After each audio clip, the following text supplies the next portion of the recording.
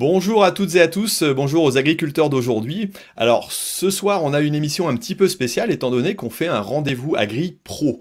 Voilà, c'est la première fois qu'on va faire ça, je vais vous expliquer un petit peu pourquoi. Donc tout simplement c'est destiné aux agriculteurs et aux professionnels de l'agriculture et accompagné justement par des professionnels. Alors pour ce premier numéro, tout simplement j'ai pu discuter avec des agents GAN, voilà, donc pour parler tout simplement de l'assurance afin de déterminer et vous donner le maximum de conseils utiles, voilà, pour pouvoir vérifier si on est bien assuré et savoir comment, j'allais dire, avoir les meilleurs, les meilleurs tips et les meilleurs sujets pour pouvoir bien vous assurer. Alors pour cela, j'ai fait appel donc à Luc. Bonjour Luc. Bonjour Thierry. Alors Bonjour à tous. je te laisserai te présenter un petit peu plus après. Et puis à Jean-Charles. Bonjour Jean-Charles. Et bonjour.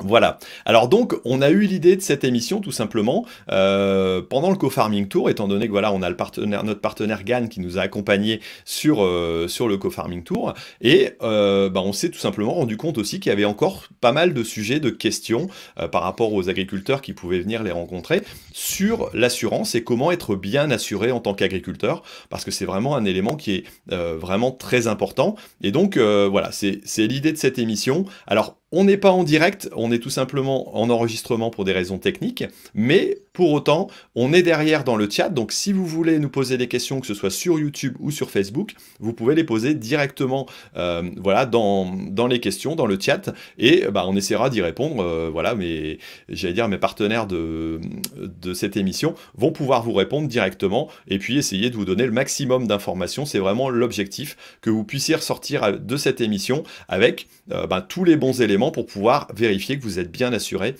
et avoir les meilleurs conseils possibles. Alors voilà, allez, je vais commencer par Luc, je vais te laisser te présenter et puis nous dire un petit peu très rapidement qu'est-ce que c'est que l'assurance GAN par rapport au métier de l'agriculture. Ok, très bien. Donc Luc Pasquier, je suis directeur pour le marché agricole donc chez GAN Assurance. GAN Assurance, donc nous sommes une compagnie d'assurance et qui a la particularité de travailler exclusivement avec un réseau d'agents généraux. Donc on est représenté, on va dire un peu sur tout le territoire français, par des agents généraux qui sont des professionnels de l'assurance et qui sont des indépendants.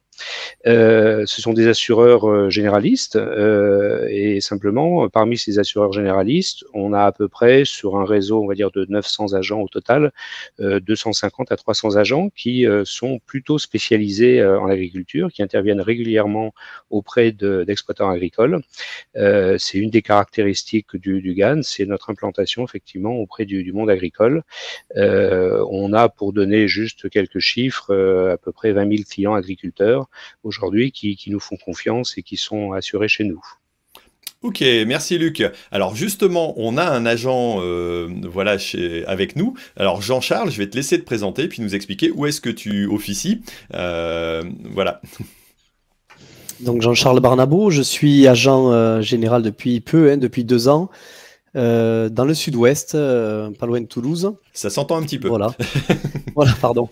Et donc avec mon associé et mes 5 salariés, donc on est une petite structure, on accompagne 150 fermes là avec nous. Donc dans tout le sud-ouest, et on essaie d'accompagner nos agriculteurs. Et bon, j'ai la fibre agricole aussi, donc voilà, on essaie de répondre chaque jour à leurs demandes. Ouais, d'après ce que tu m'avais dit, tu travailles encore régulièrement et donnes un coup de main dans la ferme familiale, c'est bien ça?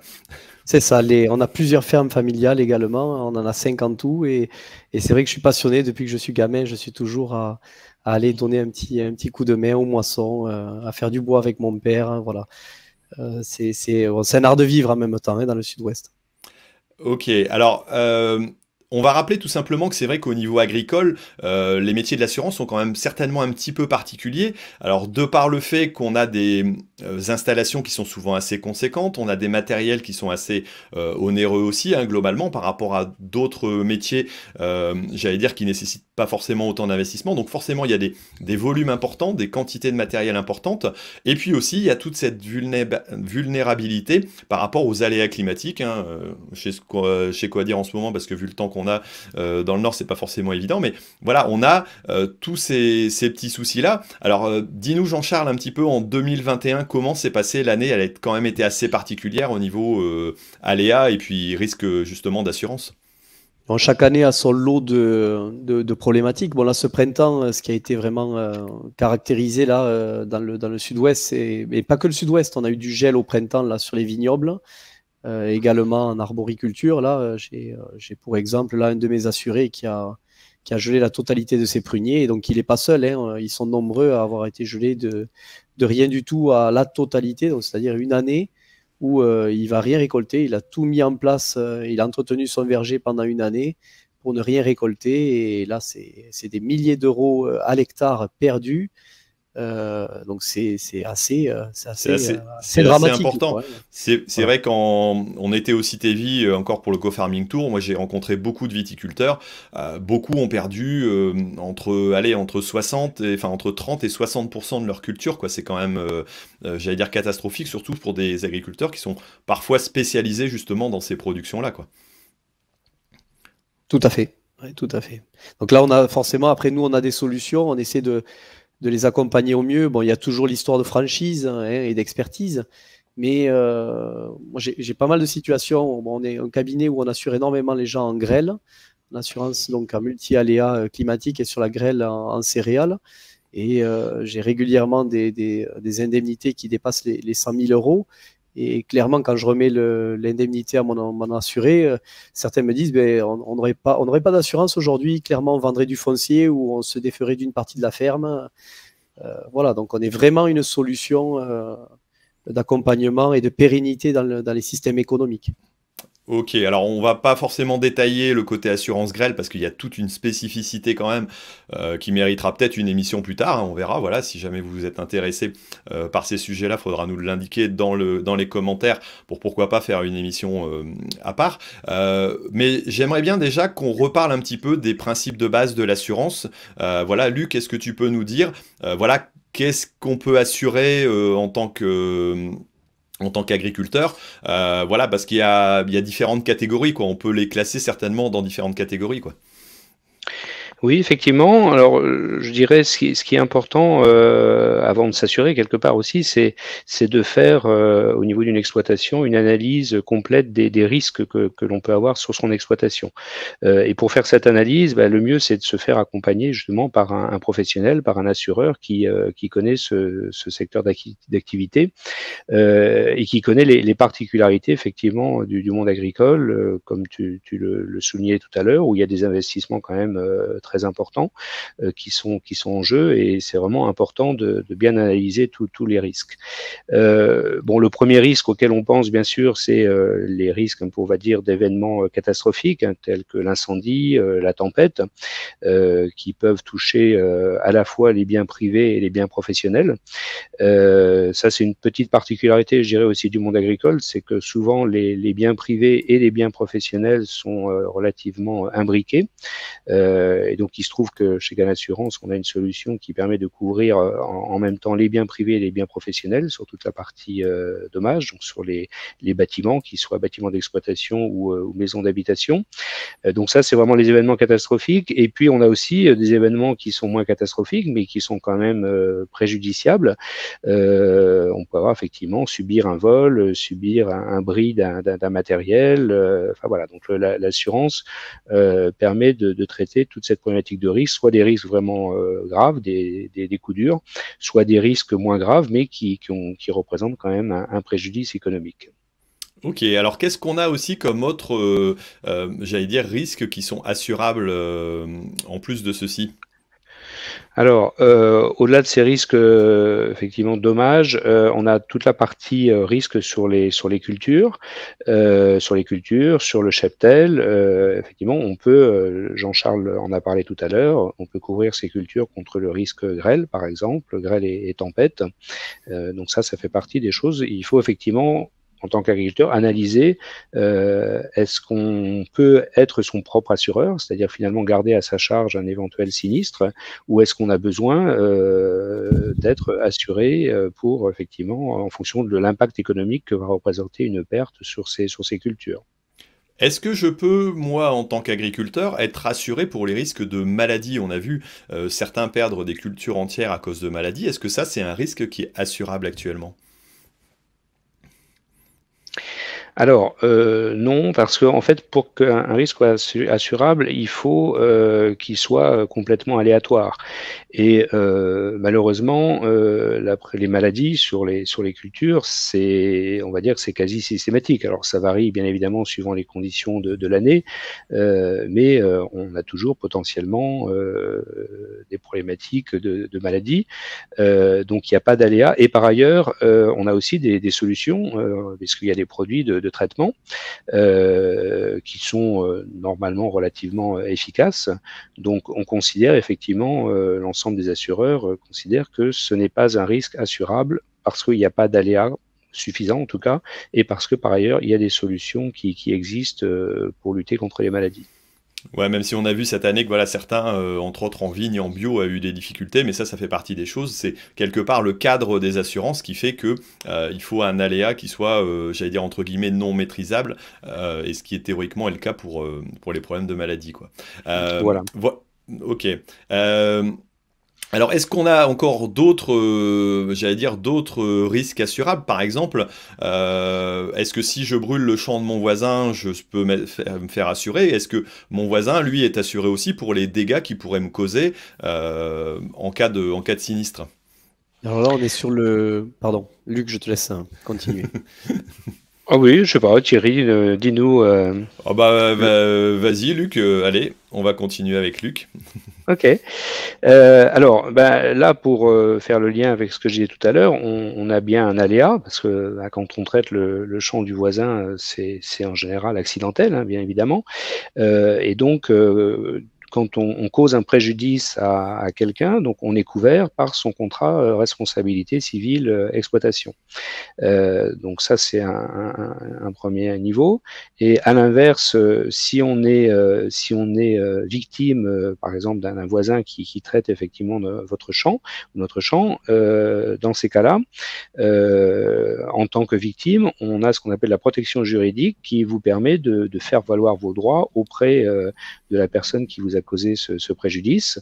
Et on peut déclencher effectivement cette protection juridique, sauf si bien évidemment le voisin reconnaît immédiatement qu'il est en tort et fait la déclaration à son assureur.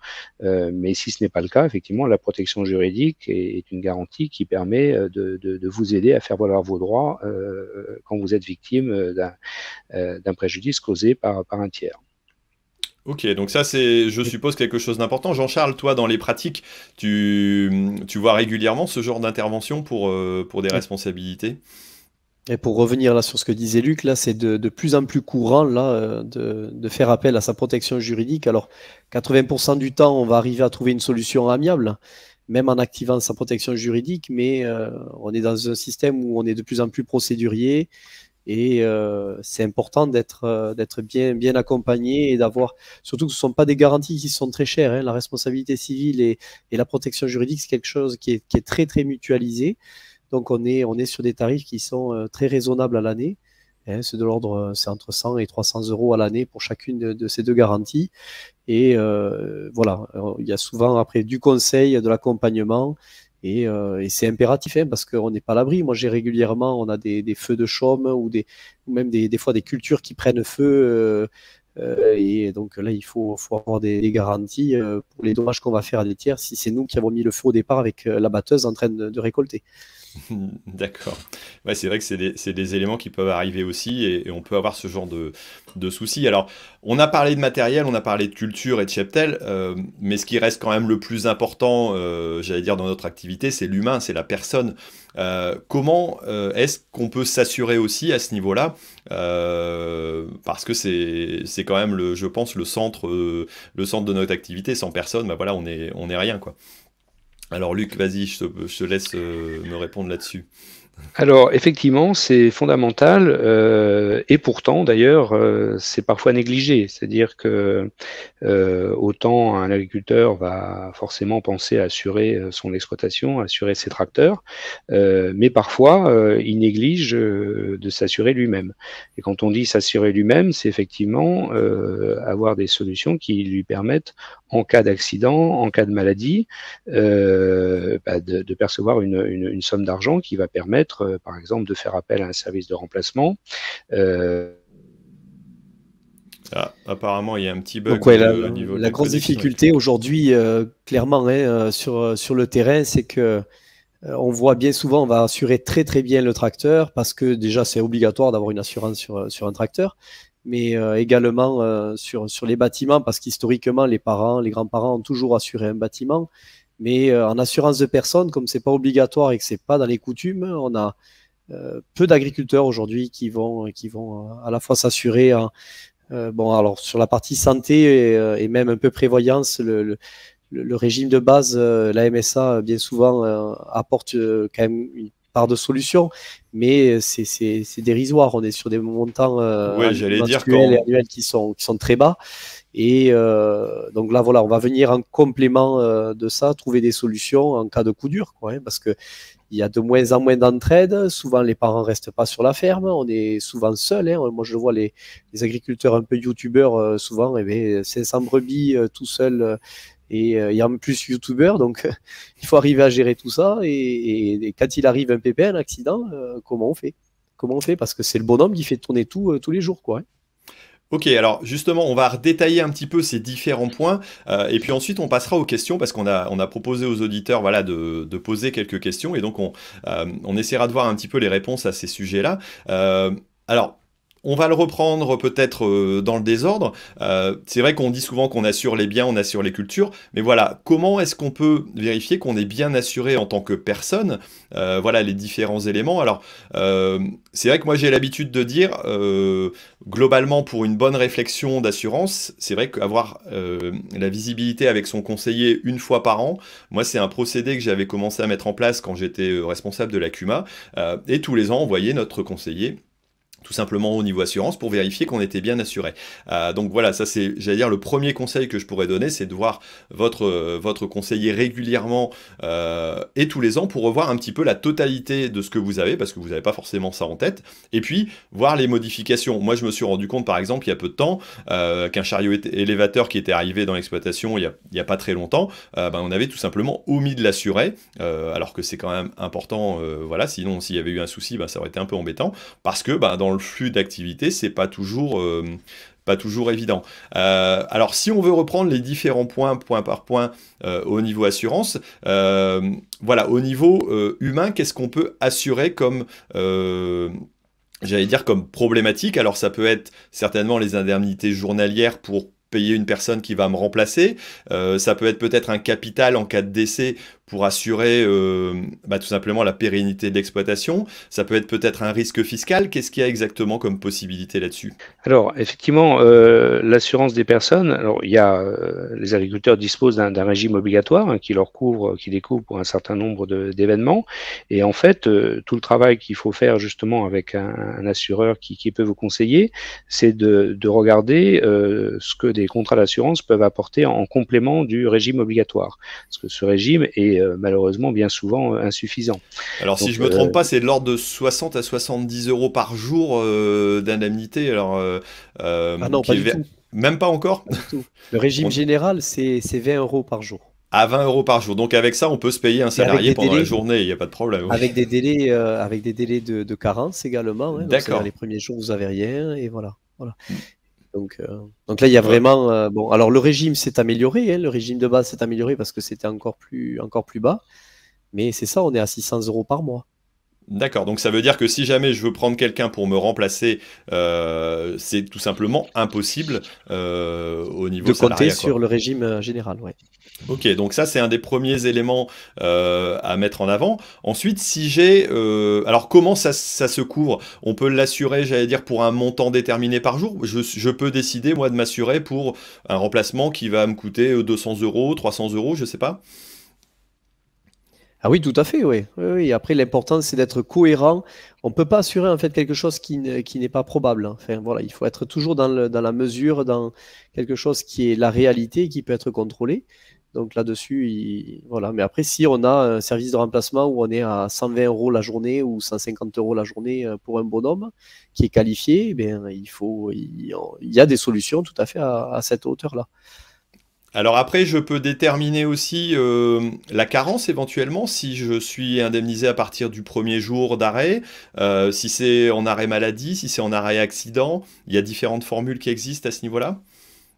C'est ça, c'est tout à fait ça. On choisit un petit peu les niveaux de franchise parce que des fois, on peut arriver, aller pendant les 30 premiers jours, je vais me débrouiller avec l'épargne que j'ai ou j'ai mon cousin qui est pas loin qui peut pallier pendant un mois.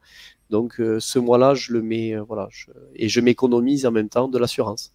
Et donc, ça, c'est tout à fait à la main au départ. Alors, d'un assureur à l'autre, vous n'allez pas avoir toujours les mêmes franchises, mais globalement, l'ensemble des assureurs proposent des choses qui sont tout à fait modulables. D'accord. Alors, Luc, je vais te poser la question aussi maintenant. Bon, je sais que je peux m'assurer journellement, mais bah, demain, tout simplement, je peux décéder, je peux laisser entre guillemets en plan l'exploitation. Et alors, certes, j'ai des emprunts, donc j'ai des assurances qui couvrent mes emprunts, mais ça peut laisser aussi tout simplement dans la détresse bah, ma famille. Comment est-ce que je peux m'assurer à ce niveau-là? Alors, effectivement, donc, dans ces contrats dits de prévoyance, il y a un capital d'essai qui est remis à la famille. Et donc, ça fait partie des choses, effectivement, qu'il faut vraiment regarder. Quels vont être les besoins de capital. Ça peut être pour, pourquoi pas pérenniser l'exploitation, même après le décès de l'exploitant, ou ça peut être en tout cas pour permettre à la famille un peu on va dire, de se retourner. Voilà, il y a aussi une garantie dont on peut parler, hein, c'est ce qu'on appelle le risque fiscal, dans la mesure où, en cas de décès, ben, on va percevoir justement des indemnités liées au décès, et donc ces indemnités vont être intégrées dans la succession, vont être fiscalisées, et donc on peut souscrire un contrat, on va dire, complémentaire, qui permettra aux héritiers de couvrir ce montant qu'ils auront à débourser par rapport à cette arrivée d'argent, on va dire, qui va être fiscalisée et qui était forcément imprévue. Ça veut dire que si demain je viens à décéder, forcément le capital qui m'appartient va venir en héritage à ma famille, voilà. Eux vont toucher ce capital-là, ils vont quelque part avoir des droits de succession éventuellement sur ces montants-là, sur ces valeurs-là. Et ce qui veut dire aussi que si jamais je suis pas assuré là-dessus, ils peuvent en arriver à devoir dire, ben, on va devoir revendre les terres ou les bâtiments ou la maison, hein, si c'est un cas peut-être un peu plus simple, pour pouvoir assumer tout simplement les droits de succession. C'est ça que ça permet de couvrir en cas de décès? Oui, oui, tout à À la fait. fois les droits oui, à la fois les droits de succession, mais également, oui, voilà, l'excès de bénéfices l'année où on va venir verser le capital, hein, sur l'exploitation suite au décès, hein. Donc, tous les emprunts vont être remboursés et donc, ça, on ne peut pas l'étaler, hein. Ça rentre l'année N et fiscalement, forcément, on va faire du résultat et on connaît le niveau de fiscalité agricole qui est énorme. Donc, on va avoir une part d'impôt qui est colossale sur de l'argent que l'on n'a pas. D'accord. Et ça, c'est un risque qui est souvent couvert par les agriculteurs ou c'est souvent, entre guillemets, négligé ou oublié? Honnêtement, peu, Peu, d'accord. très peu.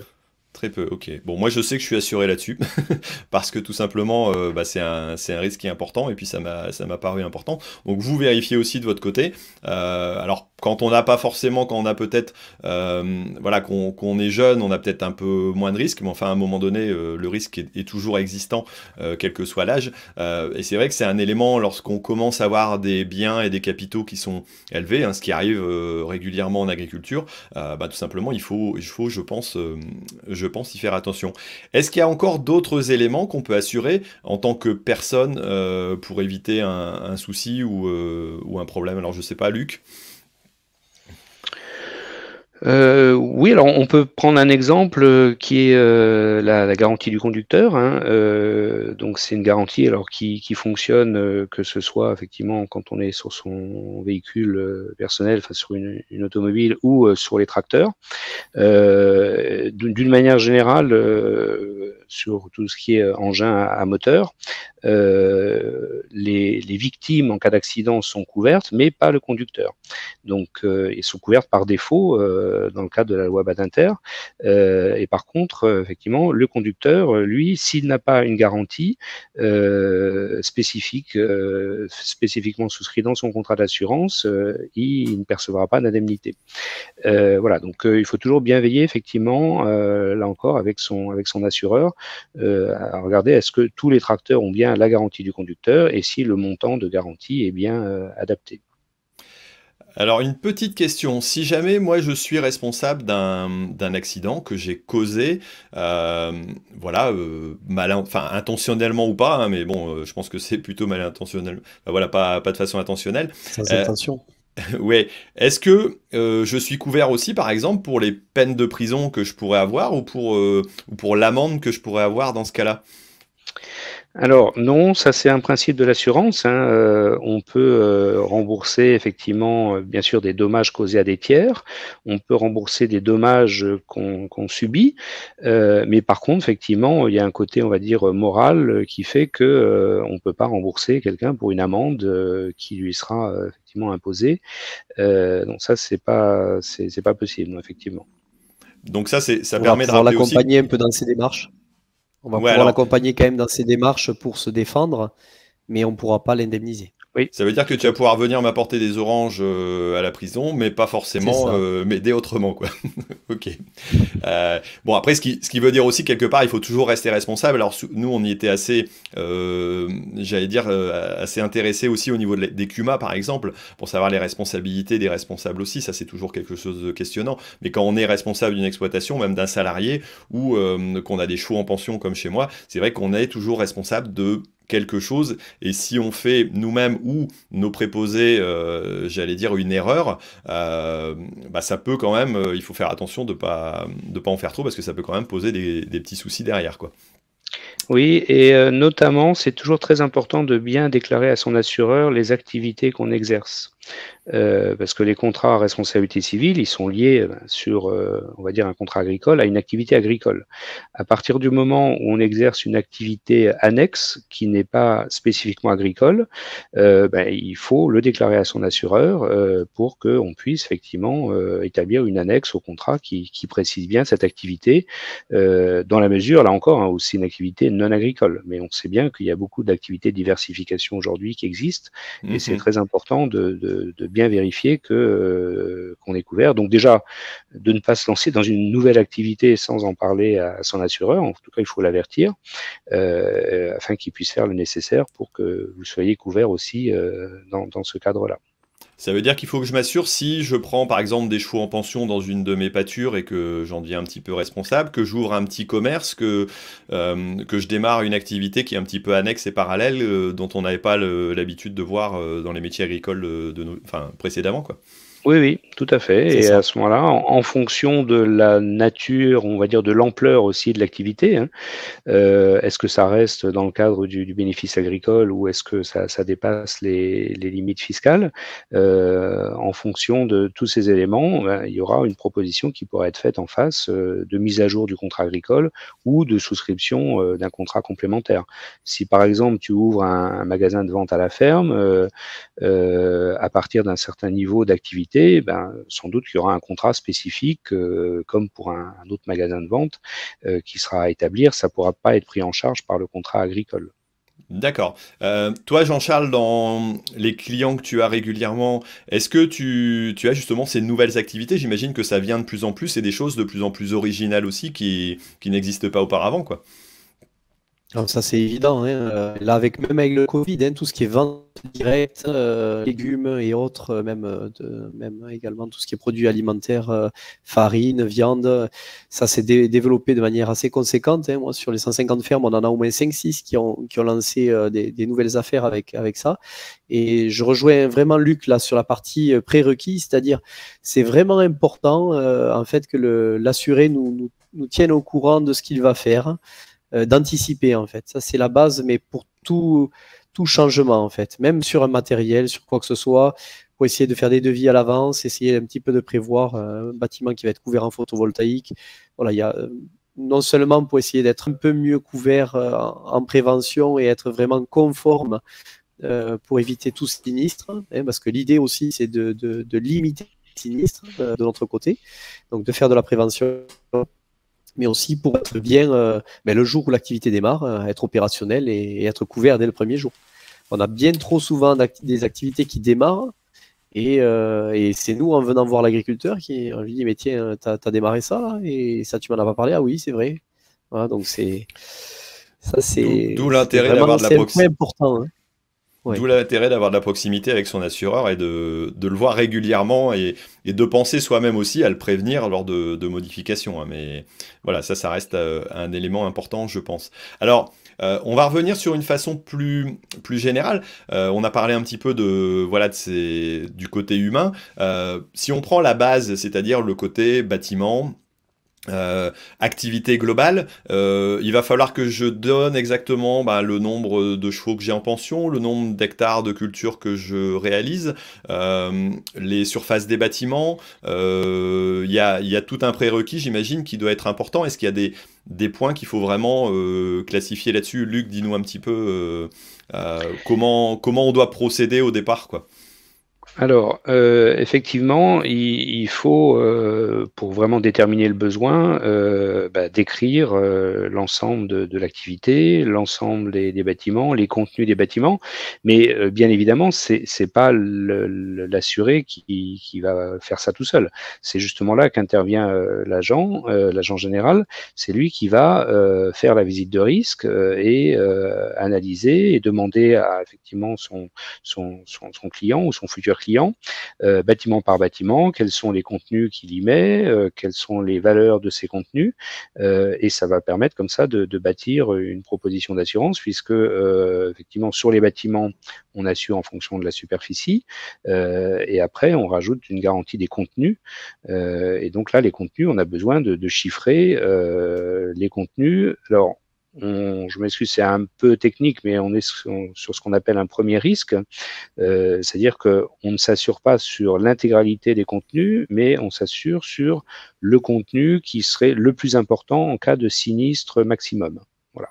Donc, voilà, si par exemple tu as deux bâtiments qui sont à 30 mètres l'un de l'autre, si dans un bâtiment tu as au maximum 300 000 euros, et si dans l'autre bâtiment tu n'as que 100 000 euros, le contenu pour lequel tu vas t'assurer, il sera de 300 000 parce que il y a quasiment aucune chance que les deux bâtiments brûlent en même temps et que tu aies effectivement 400 000 euros de perte. D'accord. Donc ça, tout ce travail-là est fait par l'assureur, et donc on fait une visite de risque qui est très complète, hein. On visite tous les bâtiments, on regarde effectivement les contenus, on regarde aussi, comme le disait Jean-Charles, toutes les mesures de prévention, hein, puisque on est là pour payer les sinistres, mais c'est quand même mieux si le sinistre peut être évité pour tout le monde, parce que même bien indemnisé, un agriculteur, quand il a un sinistre, il y a tout le côté, je dirais, quand c'est un sinistre important, le côté aussi humain, hein, c'est vraiment un coup sur la tête qu'on se prend. Mais il y a le côté aussi, le côté financier, mais voilà, le mieux c'est quand même de ne pas avoir de sinistre. Donc la prévention est vraiment quelque chose d'essentiel. Et donc cette visite de risque très complète qui est faite par nos agents permet après de faire, je dirais, la meilleure proposition, la proposition la plus adaptée de manière individuelle à la situation dans laquelle se trouve l'exploitant agricole. On n'est pas du tout dans des approches de contrat, on va dire forfaitaires, où on pourrait dire, tiens, dis-moi combien tu as d'hectares et puis je vais te dire combien tu vas payer d'assurance. C'est pas comme ça que ça fonctionne. C'est vraiment en fonction du capital, des biens qu'on dispose, du matériel, des bâtiments, quoi. Voilà. Et puis après, du niveau de partie qu'on souhaite prendre. Hein. C'est une multi-risque agricole en fait, hein, là, ce dont on parle. Hein, donc on globalise différents risques et là l'agriculteur en fait, bon, ils sont habitués, hein, mais là il faut juste consacrer du temps en fait. C'est juste ça et toujours pareil en confiance et en discussion. Alors si, par mégarde, j'oublie un bâtiment qui est situé à l'extérieur, qui est un vieux machin, voilà, que j'ai laissé, mais voilà, je l'oublie, est-ce que, tout simplement, je vais pas être assuré pour? Est-ce que s'il y a il fait, j'allais dire, il y a un incendie qui démarre dans celui-là et qui brûle la maison d'à côté, j'ai des conséquences? Est-ce que ça peut arriver, ce genre de choses? Alors là, c'est le début Alors, des emmerdes. Là. D'accord. alors normalement, ça ne devrait pas arriver. Juste puisqu'on parle superficie des bâtiments, bien évidemment, on a une tolérance, c'est-à-dire on a une tolérance de 10% par rapport à la superficie réelle et la superficie qui a été Déclaré au départ. Ah, Tout à on fait. a quand même Tout un à petit fait. bug avec Luc. Et la grosse difficulté, c'est quand un bâtiment n'est pas du tout assuré et qu'il arrive un événement. Là, c'est vraiment compliqué en gestion. C'est très, Donc très ça veut dire compliqué que en gestion. quand on parle d'une tolérance de 10%, ça ne veut pas dire que si un bâtiment n'a pas été déclaré à un autre lieu, même s'il représente moins de 10%, il n'est pas déclaré parce qu'il n'est pas à l'endroit où l'assureur a vu, j'allais dire, les locaux et a pu assurer son bâtiment. Luc, je te laisse reprendre un petit peu peut-être. Oui, pardon, je crois que j'ai été perdu dans la connexion. Oui, non, effectivement, la tolérance, c'est par rapport à la superficie des bâtiments déclarés. Après, si un bâtiment n'a pas été déclaré, ben, on n'en a pas connaissance, donc effectivement, on peut pas l'assurer. Ok. Alors, bâtiment, ok, on a vu. Si, j'ai encore une petite question, et je pense d'ailleurs à un copain, voilà Marco, qui a eu un incendie là, il y a très peu de temps. On peut aussi assurer de façon différente, différencier un bâtiment qui est en matériaux récents ou un matériau ancien, parce que on veut le rénover peut-être dans le même état. Moi, dans ma cour, j'ai un bâtiment voilà, qui est en briques, en tuiles. Je veux l'assurer pour qu'il soit rebâti de cette même façon-là, plutôt qu'en matériaux modernes. Et ça, il y a aussi, j'allais dire, une case à bien cocher à ce moment-là, quoi.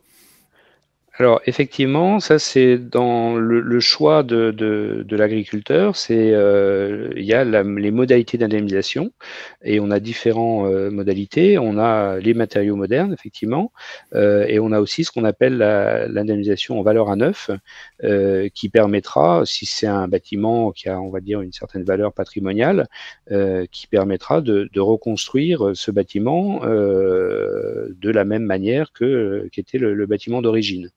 Et on a même une modalité d'indemnisation qui s'appelle aspect conservé, qui permet justement pour garder l'aspect, on va dire, esthétique, de le reconstruire, non pas à l'identique, mais de manière à ce que, vu de l'extérieur, en tout cas, le bâtiment ait exactement la même configuration. Donc, pour prendre un exemple, si vous avez un bâtiment qui est détruit et dont les murs font 30 cm d'épaisseur, en valeur à neuf, on reconstruit un bâtiment avec des murs de 30 cm.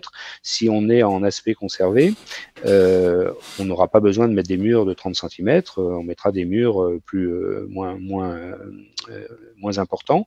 Et par contre, la partie extérieure sera reconstituée à l'identique. D'accord, donc là c'est un intermédiaire quelque part entre les deux possibilités, quoi. Voilà, et bien évidemment, à chaque fois, le coût de l'assurance, fort logiquement, n'est pas le même. Mais après, à chacun de faire son choix, effectivement, en fonction de sa priorité. Est-ce que la priorité, c'est juste de poursuivre mon activité dans un bâtiment moderne, ou est-ce que voilà, je veux effectivement préserver aussi mon patrimoine et soit vraiment à l'identique, soit au moins en termes d'aspect, et on choisit le mode d'indemnisation en conséquence. Ok, alors pour avoir révisé mes contrats il y a peu de temps, je sais aussi qu'il y a des éléments qui peuvent être quelque part aggravants, par exemple la paille, par exemple le fait d'avoir de l'amiante. Est-ce que ça c'est important aussi à déclarer parce que sinon on risque d'avoir un petit souci au moment du sinistre? Alors, c'est sur l'amiante, c'est un bon exemple. Je dirais que c'est pas à déclarer parce que ça fait partie vraiment là du métier de l'assureur que de poser la question sur la présence d'amiante. Donc ça, tous nos agents, effectivement, ça fait partie dans les risques agricoles, des questions qu'ils posent sur la présence d'amiante, ce qui est relativement facile à déterminer hein, par rapport aux dates de construction des bâtiments. On sait que jusqu'à une certaine date, ça a pu être de l'amiante. Donc on pose la question et ça permet de déterminer un capital supplémentaire qui va permettre de prendre en charge les frais de ce qu'on appelle démolition et déblai et notamment la composante désamiantage de ces frais de démolition et déblai qu'on peut avoir en cas de sinistre, tempête ou incendie. Et qui sont beaucoup plus élevés que, j'allais dire, le nettoyage d'un bâtiment qui serait en tuiles classiques, parce que le coût peut être vraiment très multiplié par 4. Important. Multiplié par 4. D'accord. Oui. Ouais. Donc là, okay. Voilà, il faut effectivement, s'il y a de l'amiante, prévoir ce capital supplémentaire. Oui. Ok, alors Jean-Charles, dis-moi, si j'ai de la paille dans mon bâtiment, est-ce que c'est un risque supplémentaire et comment je dois le faire? Parce que là, quelque part, si moi je vous le dis pas en tant qu'assuré, peut-être qu'à un moment donné il y en a pas, mais qu'à une autre période de l'année il y en a. C'est important aussi à déclarer? C'est important à déclarer. Alors après, on va essayer de ne pas changer je dirais, tous les 6 mois le contrat, donc, ou tous les 3 mois, parce que ça rentre, ça sort. En fait, on va regarder plutôt la probabilité à ce qu'il y ait de la paille dans le bâtiment, hein, parce que des fois, on va même peut-être aider un voisin qui a eu une difficulté à rentrer tout son stock et on va venir en stocker alors qu'on n'était jamais habitué à en stocker. Donc, voilà, dès qu'on a la probabilité, moi, je me pose pas de questions, je mets présence de paille, hein, de manière à ne pas avoir. Et le surcoût est vraiment infime, donc il vaut mieux être conforme là-dessus et pas se poser trop de questions. Sinon, on rentre trop dans des détails et après, on se noie. On se noie dans l'essentiel, en fait. D'accord. Alors, est-ce que sur cette multirisque agricole, il y a encore des éléments qui sont importants à mettre en avant, dont on n'a pas parlé jusqu'à maintenant? Moi, je pense qu'on pourrait parler d'un sujet qui est pas mal d'actualité, hein, c'est le sujet des panneaux photovoltaïques. Il y a beaucoup d'exploitations agricoles aujourd'hui qui mettent en place ce type d'installation. Et donc, c'est pour nous, il faut être très clair, c'est un risque aggravant, hein, les panneaux photovoltaïques. Alors, pourquoi c'est un risque aggravant? Parce que c'est un risque supplémentaire en termes de départ d'incendie. Et c'est aussi un risque du fait de parfois la non-intervention des pompiers hein, sur les panneaux photovoltaïques. Les pompiers peuvent ne pas intervenir parce qu'il y a un risque important d'arc électrique du fait qu'on est sur du courant continu. Et donc, leur seule intervention se limitera à isoler le bâtiment dans la mesure du possible. Donc, nous, on est très vigilants sur ces installations. On a tout un questionnaire en fait sur les questions de prévention. On vérifie aussi la nature des panneaux parce qu'il y a eu dans le passé des marques de panneaux qui ont posé des problèmes récurrents.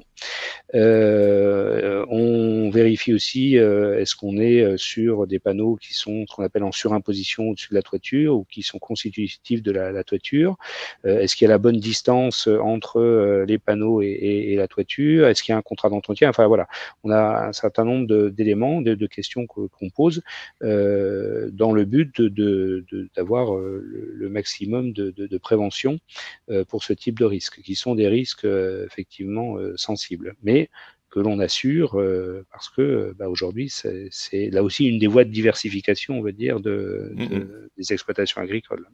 Oui, ce serait gênant de ne pas avoir d'assurance possible pour ce type d'investissement. Voilà, tout à fait. Et bon, dis-nous Jean-Charles, et toi, est-ce que tu vois d'autres éléments dans cette multirisque qu'on n'a pas évoqué jusqu'à maintenant? Alors, apparemment, on a fait un peu le tour.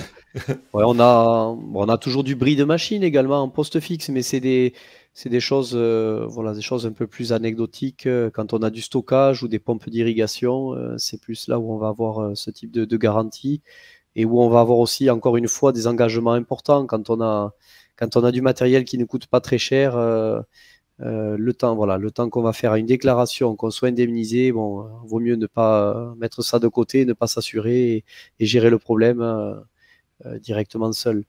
Mais voilà, après une machine, après on peut avoir aussi de la perte d'exploitation, mais c'est après plus sur des élevages laitiers, sur des choses un peu plus conséquentes où on va On va avoir, suite à un événement, on va avoir une perte d'exploitation suite à un sinistre, suite à un incendie.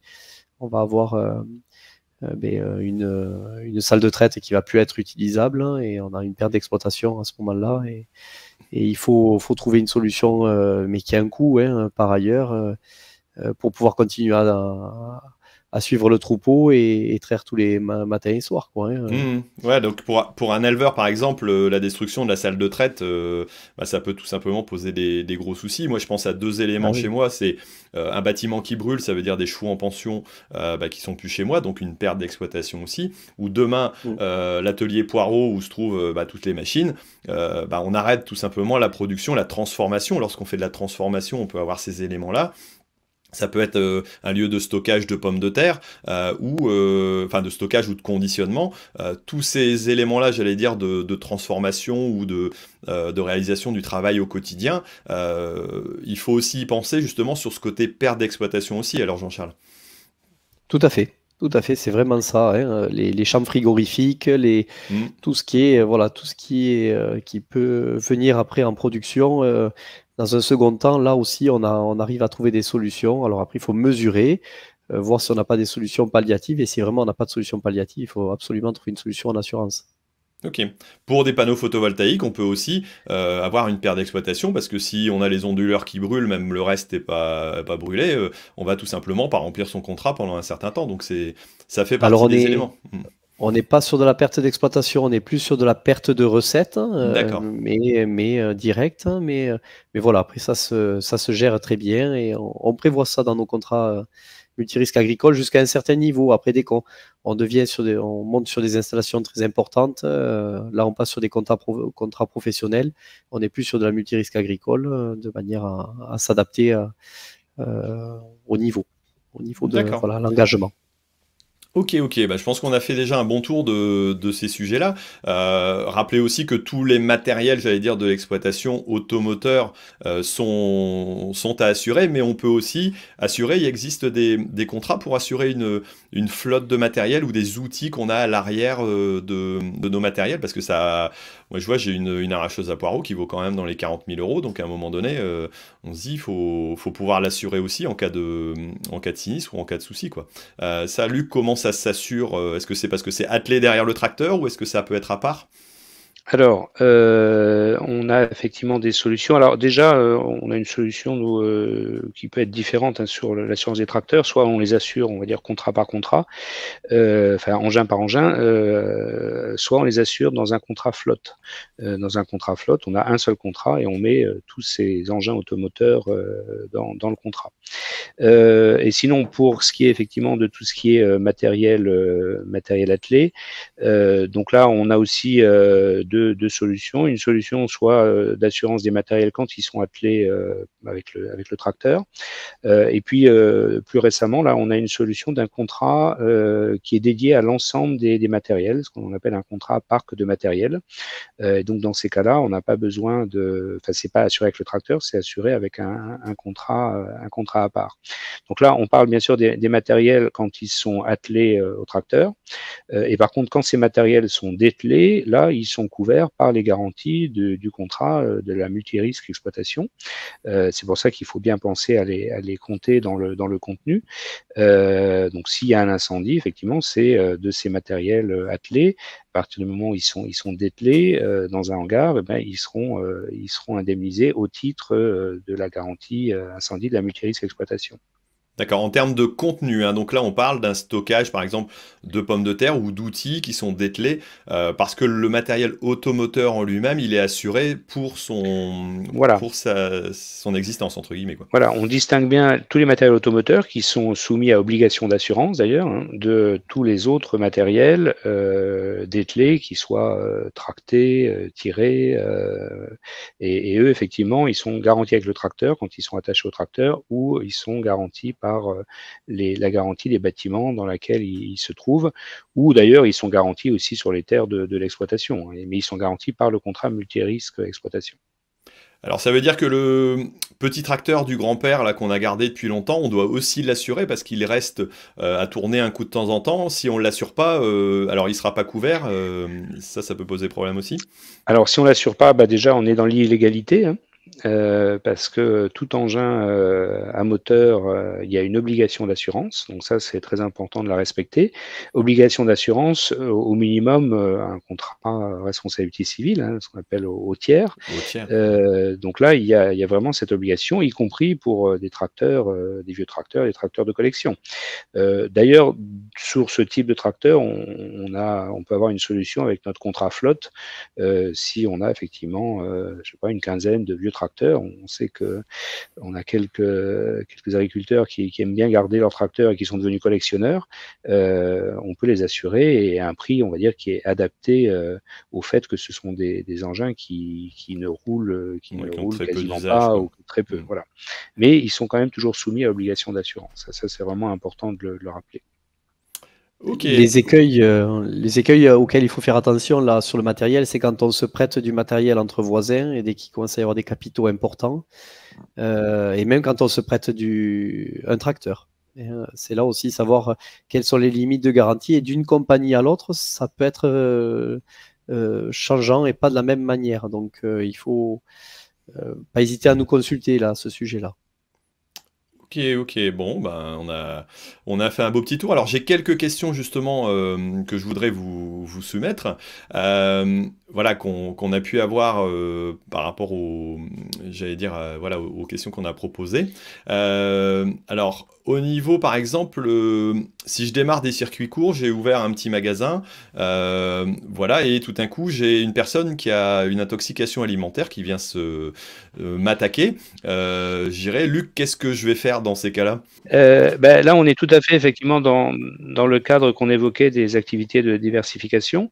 Donc là aussi, à déclarer à son assureur. Et donc là, il faut souscrire une extension effectivement sur l'ARC, ce qu'on appelle après livraison, des produits de l'exploitation, et qui permettra de couvrir ce risque d'intoxication alimentaire.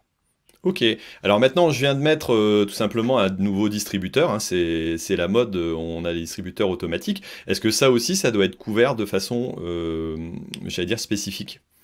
Oui, tout à fait. Là, on a même bâti une annexe spécifique pour couvrir ces matériels en garantie vol, en garantie bris, et également aussi avec une perte d'exploitation. Donc là aussi, il faut le déclarer et l'agent général pourra effectivement faire une proposition. Là aussi, conseiller des mesures de prévention, parce que c'est des équipements, on va dire, qui sont malheureusement parfois soumis à des vols ou à des vandalismes.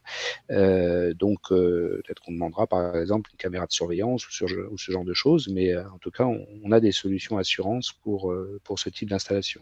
D'accord, mais donc à bien assurer spécifiquement. Oui, d'une manière générale, je dirais, il y a beaucoup d'innovations dans le monde agricole et on essaye de s'adapter à ces innovations.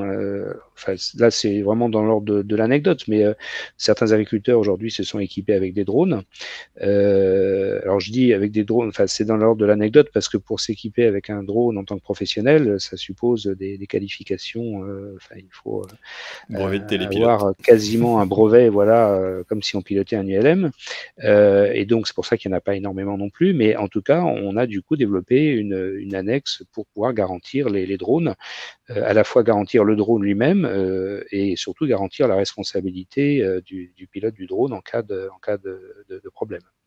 Donc ça fait partie de ces annexes qu'on bâtit quand on a effectivement des nouveaux usages. Voilà. On pourrait d'ailleurs aussi parler d'une annexe qu'on a bâtie récemment pour Agricoli, donc qui est une des startups du qu'on connaît bien, hein, voilà, au co-farming. Et donc Agricoli, alors je ne sais pas si tout le monde connaît Agricoli, mais en gros Agricoli, ça permet à un agriculteur d'être point relais pour la réception de matériel ou de matériaux ou d'objets un peu encombrants que après le client qui les a commandés vient chercher chez l'agriculteur. Et donc du coup, on a bâti une annexe qui permet de prendre en compte le fait que l'agriculteur exerce cette activité et à un moment donné, sur son exploitation, des biens qui ne lui appartiennent pas et qui sont stockés chez lui en attendant d'être réceptionnés par le client. Par exemple, à la veille de Noël, on peut avoir des capitaux qui sont assez importants stockés dans son bâtiment si on a ce type d'activité, quoi. Tout à fait, tout à fait. Ok. Alors, je deviens le roi du poireau et je crée une nouvelle marque. Je vais dans un salon agricole. Dis-moi, Jean-Charles, est-ce que je dois m'assurer pour aller faire de la vente justement dans un salon et proposer mes produits? Alors, je suis peut-être déjà sans le savoir, mais c'est important à nouveau ouais, d'en parler avec son assureur, mais c'est impératif d'avoir une RC en tant qu'exposant, en tant que participant à un événement, hein, ça c'est essentiel. Alors après, non pas dans le multirisque agricole, mais on va pouvoir venir en garantie aussi sur des dommages à ce que l'on va exposer. Mais là, on est sur des choses qui sont assez risquées et par contrat séparé. Bon, et malheureusement, le jour où je veux partir pour aller vendre mes poireaux, je me casse la jambe. Est-ce que je vais être couvert donc pour avoir quelqu'un qui va me permettre de me remplacer à ce moment-là? Et là, on revient sur l'assurance de personne, hein. On revient, voilà, on n'est plus du tout sur la responsabilité civile. On revient sur l'assurance de personne. Donc, l'événement, c'est l'individu qui s'est fait mal. Donc là, on va avoir la partie sécurité sociale, enfin MSA, qui va venir indemniser à son niveau. Et après, si on a une complémentaire santé ou une prévoyance qui vient compléter tout ça pour pallier à cet événement. Alors maintenant, Luc, si jamais je travaille avec des personnes, alors j'ai des salariés, eux sont couverts certainement pour leur activité. Dans ma RC, j'ai déclaré que j'avais des salariés, je pense que c'est important. Maintenant, j'ai un stagiaire d'école ou tout simplement un gars qui vient m'aider à donner un petit coup de main dans les écuries. Est-ce que je peux couvrir, j'allais dire, son activité ou le risque d'accident qu'il peut avoir? Alors, oui, après, il faut bien identifier. Alors, ce qui est important là en RC, et je vais prendre peut-être un peu le relais là sur Luc, là, du temps qu'il revienne. Là aussi, Ah, encore une fois, on a des spécificités d'une compagnie à l'autre, mais tout ce qui est personnel qui gravite et même la famille qui gravite autour de l'exploitant, en responsabilité civile est couvert dans notre système à nous, GAN Assurance. D'accord. Après, il faut bien regarder compagnie par compagnie, hein, là-dessus. Ça, c'est pas quelque chose qui est forcément identique chez tout le monde. Ça veut dire les parents Mais ou les enfants? voilà, les parents, les enfants et même un stagiaire qui vient est automatiquement assuré en responsabilité civile D'accord. sur une Et donc, exploitation. Luc, si c'est un stagiaire, on a cette couverture aussi. Les apprentis, je pense que c'est couvert aussi comme un salarié en tant que tel, quoi. oui, oui, c'est le même principe, oui. On a également le sujet des aides bénévoles où là aussi il faut prévoir une garantie spécifique à partir du moment où on a des gens qui pourraient donner un coup de main occasionnel. Oui. D'accord, ouais, bah, moi dans l'activité centre équestre, je sais que j'ai cette couverture-là parce que j'ai forcément un risque. Quelqu'un qui vient, j'en sais rien, à bouger avec une fourche, nous donner un coup de main 5 minutes, 10 minutes, 1 heure, ça arrive de temps en temps et c'est vrai que ça c'est important voilà, d'évoluer ça. Alors, on a des risques un petit peu spécifiques aussi qui évoluent, hein. On a parlé du photovoltaïque, mais la méthanisation, c'est des choses aussi que vous maîtrisez maintenant. J'imagine vous avez un peu de demande à ce niveau-là. Et oui, oui, on commence à avoir des demandes et donc là aussi, on a construit une annexe à notre contrat multi-risque exploitation agricole spécifique pour bien couvrir les méthanisations. Alors, on n'en a pas énormément, hein, mais on a bâti des garanties adaptées à ces nouvelles activités. Oui. Ok. Tiens, petite question auquel j'avais pas forcément pensé avant, mais si demain je suis un communicant, je veux ouvrir ma ferme, voilà, tout le monde en France décide d'ouvrir sa ferme pour inviter des gens à venir voir l'exploitation, est-ce qu'il faut avoir une couverture spécifique ou est-ce que ça peut être compris entre guillemets dans l'activité agricole? C'est peut-être une colle, ça, je sais pas. Non, ça, là aussi, il faut l'avoir déclaré à son assureur, hein, tout ce qui est, on va dire, tourisme rural, accueil à la ferme, c'est une option de garantie. Donc là aussi, il faut l'avoir déclaré à son assureur, mais c'est tout à fait possible d'être couvert pour ce type d'activité. Tant qu'on est vraiment dans le domaine, on va dire, on reste là encore agricole. Si on se met à organiser, je sais pas, en montagne des stages de parapente, là, clairement, il va falloir avoir une Ouais, garantie spécifique. Ça ne pourra spécifique. pas être intégré dans un contrat agricole. D'accord, d'accord. Mais en tout cas, le signaler au cas où ça arrive, le signaler, même Voilà. si c'est, j'allais dire, pas forcément régulier, que ça peut correspondre qu'à une période d'été. Ok. Oui, oui, tout à fait. Euh, Petite question aussi qui m'intéresse parce que j'ai du matériel de ma CUMA qui est stocké dans un de mes bâtiments. Est-ce que c'est à moi à l'assurer? Est-ce que c'est à la CUMA à l'assurer? Comment je dois pouvoir procéder? Ou le matériel du voisin, hein, tout simplement, parce qu'il a pas assez de place chez lui. Mais déjà, il faut Alors, communiquer entre les deux parties, moi je dirais déjà, et savoir qui veut prendre les choses en responsabilité et regarder D'accord. déjà au départ comment on est garanti et est-ce qu'on est garanti pour autrui. Et ensuite, ben, il faut adapter le contrat, hein, clairement. Hein, mais c'est des choses qu'il ne faut pas laisser dans le vague. Hein, c'est pas le D'accord. jour du sinistre qu'il faut régler ça. D'accord. Donc là, il faut vérifier que l'un ou l'autre l'assure et donc vérifier auprès de son Voilà, assurance c'est ça. si on est bien couvert. Parce que c'est vrai que moi, les montants peuvent être relativement élevés, hein, du matériel. J'allais dire 3 enrouleurs, une arracheuse à pommes de terre. On monte dans des relevés. Alors ça peut être couvert par le contenu, entre guillemets, aussi à la base. alors, Totalement, oui, et avec une garantie en plus RC dépositaire, hein, ou voilà, des garanties bien spécifiques parce qu'on va venir être gardien de quelque chose qui ne nous appartient pas. Ok, bon, bah, on a déjà fait un beau petit tour de tout ce qui était risque assurable. Alors, il y a certainement d'autres sujets qu'on pourrait travailler un petit peu plus. Alors, n'hésitez pas à en mettre en commentaire si jamais vous avez envie d'en savoir plus sur certains sujets. Ça nous aidera peut-être, si on refait d'autres émissions, à en discuter. Mais je voulais quand même poser une petite dernière question. On a des évolutions dans l'assurance et là, dernièrement, justement, on a parlé des réformes de l'assurance récolte. Est-ce que vous en savez beaucoup plus? Est-ce que c'est clair pour vous par rapport à ça? Et est-ce que vous pouvez nous détailler un petit peu les différents éléments qu'on peut avoir? Luc, je pense que tu peux peut-être nous aider là-dessus.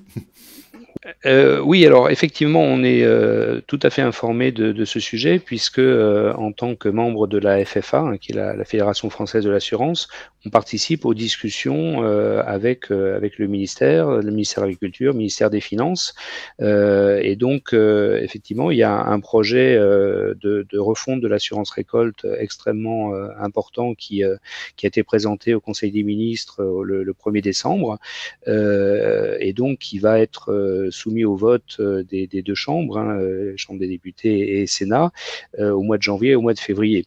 C'est quelque chose qui était très attendu depuis longtemps, hein, par la profession agricole, parce que on avait un souci entre le fonds des calamités et la partie assurance, puisqu'il y a des choses qui étaient assurées mais qui n'étaient plus couvertes par le fonds des calamités en termes de dommages climatiques sur les cultures. Et donc ce projet de loi justement propose une meilleure articulation entre, on va dire, 3 niveaux de protection. Le premier niveau, bah, c'est l'autoprotection, hein, c'est l'agriculteur qui est son propre assureur, donc c'est un certain niveau de dommage qui est supportable par chaque exploitant, c'est le niveau de franchise. Ensuite, il y a un deuxième niveau qui est un niveau d'assurance porté par les assureurs et qui sera complété par un régime porté par les pouvoirs publics pour les événements catastrophiques, ce qui revient un peu à ce qu'on avait au niveau des calamités agricoles. Et donc, on aura 3 niveaux de protection avec un système où l'ensemble des assureurs constitueront un groupe, un pool d'assurance ce qui permettra d'homogénéiser l'offre et ce qui permettra de mutualiser aussi l'ensemble des informations pour avoir aussi le bon niveau de tarif de ces nouvelles offres. Et puis, on aura donc on va dire un filet de sécurité en cas d'événement catastrophique avec le dispositif qui sera lui un dispositif public. Ce qui est important de dire aussi, c'est que du coup, vous aurez des agriculteurs qui ne sont pas assurés, mais qui pourront bénéficier de la protection publique des calamités agricoles, et des assureurs, des agriculteurs, pardon, qui eux seront assurés, et donc qui auront une protection supplémentaire du fait qu'ils sont assurés. Voilà, donc ça c'est les grands principes. Après, il y a beaucoup d'inconnus encore sur les modalités pratiques, et donc on attend avec impatience tous les décrets d'application qui vont préciser beaucoup de choses sur le fonctionnement de ce nouveau système d'assurance récolte. Et en termes de calendrier, ce qui est prévu, c'est donc un démarrage pour 2023. donc 2023. Alors, est-ce que ça sera la récolte 2023 ou la récolte 2024? En tout cas, le dispositif doit être en place pour 2023. C'est ce qui est attendu de la part des pouvoirs publics vis-à-vis des assureurs. Ok, donc encore une petite année d'attente pour certainement au minimum pour pouvoir mettre en place Voilà, ces procédés. une année ou 2 années. Une année ou 2 années. On verra bien. Bon, l'essentiel c'est que ce soit dans les tuyaux et que ça puisse améliorer aussi la couverture globale. Surtout, voilà. surtout que c'est vraiment un élément majeur en ce moment, les risques climatiques. On sait bien que ça va sans doute pas s'arranger. On sera de plus en plus exposé sur les risques climatiques et c'était vraiment important d'avoir un système qui permette une couverture de l'ensemble des agriculteurs. Ok, bah ce sera peut-être un sujet à aborder dans une autre émission quand on aura un peu plus de détails et qu'on pourra peut-être en reparler. Un autre sujet peut être aussi les éléments de prévention, mais avant de se quitter, voilà, on a fini quand même cette émission. Voilà, je vous rappelle vos questions, si vous en avez, n'hésitez pas à les mettre dans le chat ou en dessous dans les commentaires pour qu'on puisse essayer d'y répondre. Et puis aussi, voilà, de savoir si des sujets vous intéressent pour une prochaine émission éventuelle. Voilà, si vous voulez qu'on creuse certains sujets, si vous avez beaucoup de demandes. Si on a beaucoup de demandes sur certains sujets, bah on essaiera de les traiter peut-être ensemble. Voilà. Allez, rappelez un petit peu la prévention. Le meilleur sinistre, c'est celui qui n'y arrive pas, tant qu'à faire. Donc peut-être la prévention au niveau de la sécurité électrique, faire contrôler ses installations, faire contrôler ses extincteurs et bien être équipé. Je ne sais pas s'il y a d'autres éléments qui sont vraiment importants en termes de prévention. Jean-Charles, est-ce que tu en vois, toi, qui sont importants ? Contacter régulièrement son assureur et prendre du temps avec lui. D'accord. Bon. Et ben en tout cas, moi, Jean-Charles, j'ai été très content de passer un peu de temps avec toi et puis avec Luc. Voilà. Alors, c'est vrai qu'on rappelle l'intérêt d'avoir un interlocuteur. Alors, c'est un peu j'allais dire, votre marque de fabrique. Hein. Vous êtes des personnes de proximité, étant donné que si jamais j'ai un agent du GAN, je m'adresse à lui et je ne m'adresse pas à une plateforme ou à quelqu'un d'autre. C'est bien ça, Jean-Charles? Tout à fait. On est une petite compagnie française qui est née en 1968 et voilà qui est vraiment sur la proximité et on est voilà chaque agent a sa petite entreprise. On dépend d'une compagnie derrière qui est là pour assurer, réassurer.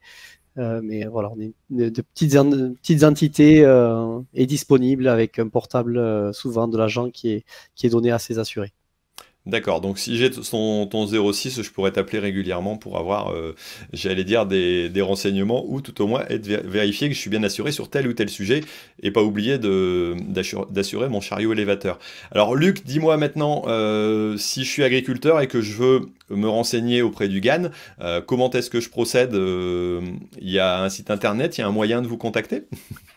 Alors oui, bien sûr, on a un site gan.fr qui permet, en fonction de son département, de trouver l'agent GAN le plus proche. Et puis il y a aussi tous les salons régionaux sur lesquels on est très présent. Donc on était, comme tu le rappelais, au Cité-Vie, on est au SPACE, on est au Sommet de l'élevage. Donc c'est aussi une occasion de venir rencontrer les agents du GAN, de discuter avec eux. Et puis voilà, de voir effectivement si on peut vous faire un projet d'assurance. On est là pour ça, pour prendre le temps d'étudier les besoins et de vous faire des propositions qui correspondront à ces besoins. Ok, j'imagine que si on tape sur internet tout simplement agence GAN, on va trouver peut-être la plus proche de chez soi pour avoir les renseignements nécessaires. C'est ça. Bon. Tout à fait. Bon, écoutez, merci beaucoup en tout cas de m'avoir accompagné sur ce sujet. J'espère que vous avez trouvé aussi votre intérêt, que vous avez trouvé des questions, voilà, des réponses à vos questions plutôt. Ou peut-être que vous avez encore plus de questions que vous poserez aussi à votre assureur, mais je pense que c'est important de pouvoir en parler. Merci de mettre un commentaire si vous avez aimé cette émission. Et puis voilà, donc on va dire merci encore à Jean-Charles et puis à Luc d'avoir participé. Pourquoi pas de se retrouver dans une prochaine émission. Merci Luc, merci Jean-Charles. Merci. À bientôt. Bon allez, au revoir à tout le monde. À la prochaine sur un autre rendez-vous aigri. Allez, ciao. Au revoir.